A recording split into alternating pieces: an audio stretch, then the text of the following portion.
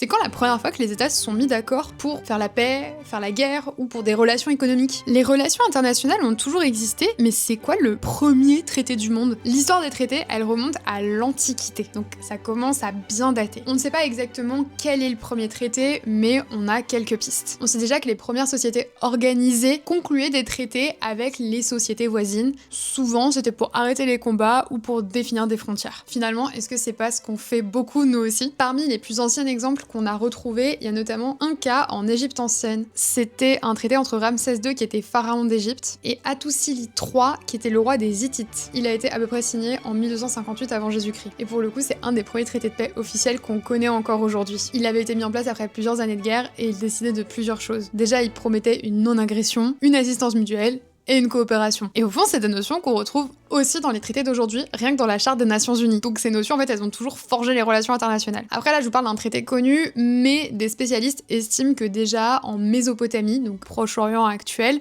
il y avait des traités qui étaient établis même en moins de 2100. Alors pour le coup, ce sont plutôt des formes primitives de traités, c'est pas comme aujourd'hui où on a carrément la Convention de Vienne sur le droit des traités de 1969 qui te dit exactement comment écrire un traité. Là, c'était vraiment juste histoire de se mettre d'accord et d'avoir un texte auquel se référer s'il y avait des problèmes. Donc oui, les traités internationaux, ça commence à dater.